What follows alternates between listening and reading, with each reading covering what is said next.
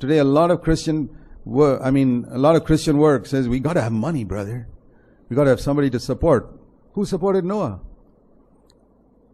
Not only who supported Noah's family, who supported him in the building of the ark.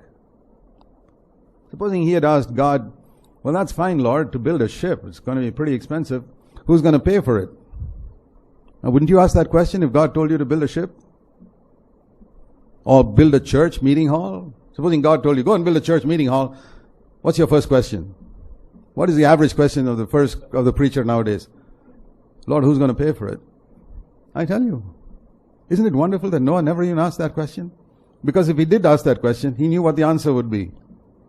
You yourself, who else? There's no America here, Noah. You yourself.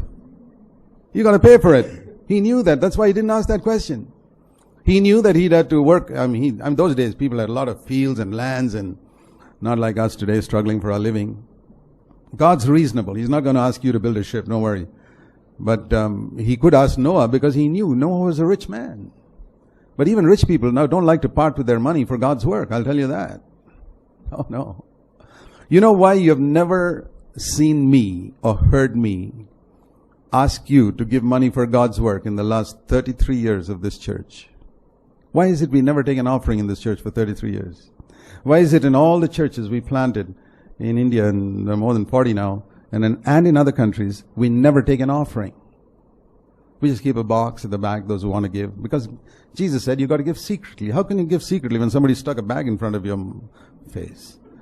How can you give voluntarily when somebody stuck a bag? Even if you don't feel like it, you got to at least pretend to put your hand inside and drop something.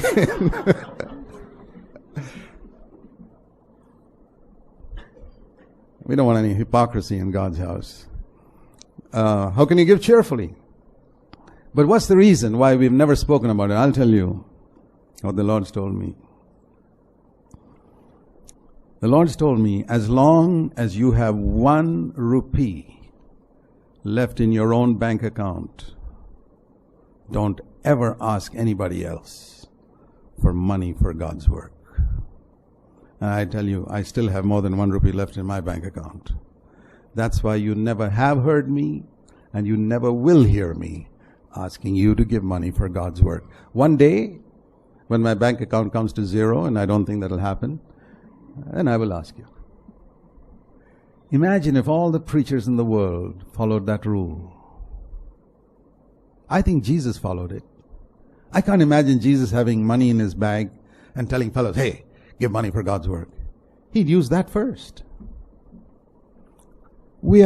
Our faith is not written by Jesus Christ. It's written by today's worldly preachers. Jesus is the author of my faith, and I got it from Scripture. I didn't get it from reading Christian books or watching Christian television.